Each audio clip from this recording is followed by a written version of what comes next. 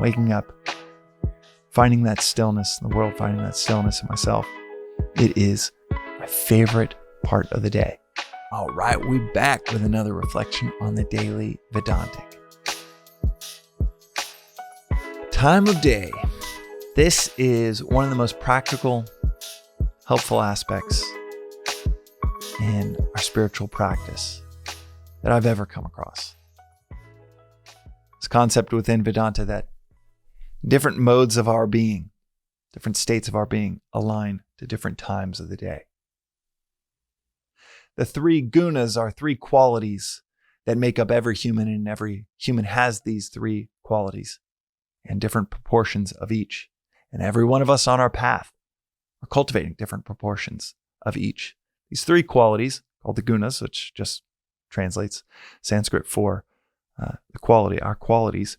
Our gunas start with tamas, which is apathy, lethargy. Sitting on the couch for 3 hours. Rajas, which is activity, active. Oftentimes agitated activity. And then you have Satva, Sattvic, that is peace, stillness. Where you might be on the couch, but you're reflectively sitting with a notion, a concept, a decision, peacefully working through what you might need to do. And these three qualities, which map to states we find ourselves in, we are all an amalgamation of all three in different proportions in our different points in our spiritual path, but also different proportions throughout the day. If you are attracted to concepts like these and knowledge of the self, spiritual progression, philosophical understanding, then you're probably quite sattvic, which is you can sit in stillness with deep concepts. You have powerful intellect to be able to sit with and wrestle with seemingly paradoxical notions. But if you're like me, you also have a good bit of rajas, agitation, activity, go-ness to how we approach the world. Americans are very rajasic, very active. And most of my 20s was almost only living in rajasic, go. Working 7 days a week. Always 20 miles behind the 8 ball of whatever expectations I set for myself or our company. And a lot of startup founders, a lot of early startup employees are wired this way of got to go. Get more. Very few people are attracted to this philosophy or philosophical pursuit that are primarily in the Tomasic category of just lethargy, apathy, binge watching 4 or 5 hours of TV a day. But the unique thing about these three qualities, or the practical aspect within these three qualities, is how this philosophy maps these three qualities to different times of the day. As a listener to the podcast, you may have heard me talk about the importance of daily reflection early in the morning. Ideally before the sun comes up, but if that's too tough for you, make it 8 a.m. From there, make it 7, make it 6:30. But make whatever you do, you really can just follow the natural flow of things. There will be a natural desire to go from 8 to 7:45, to love it, to where you're like, I want a little bit more than just 10 minutes. I'm going to make it 7:30, 7. Before you know it, not to scare you, but you might be waking up at 4:30 to study for an hour and a half. Before the world wakes up, the sun comes out and starts to pull you out of yourself. But that is the most sattvic time of the day. The world is sattvic at that point, is still. Your community around you is quiet. There is a stillness to even the birds. They haven't even started to chirp yet in the early parts of the morning. Then from there, day starts to become a bit rajasic, a bit agitated. got to get on the road before traffic. Oh, there is traffic. You're bumper to bumper. Getting the office 6 minutes late, run a little behind. And before you know it, you're slightly behind your 17th thing in a row by 3 p.m., 4 p.m. That's the Rajasic part of the day. And then you have the Tamasic part. Indolence reigns. You've got indulgence rampant. Lethargy, it's typically the time that people will binge 4 hours of Stranger Things. And that's in the evening after 6 p.m. It's when our senses, even our intellect, is the most dormant.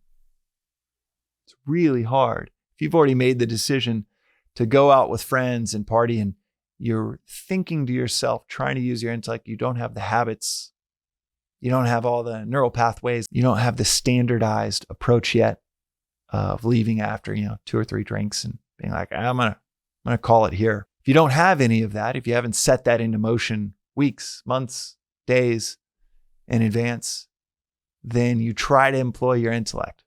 Try to say, okay, yeah, I should leave at 10 so I can get a good night's rest before I got to be up before work at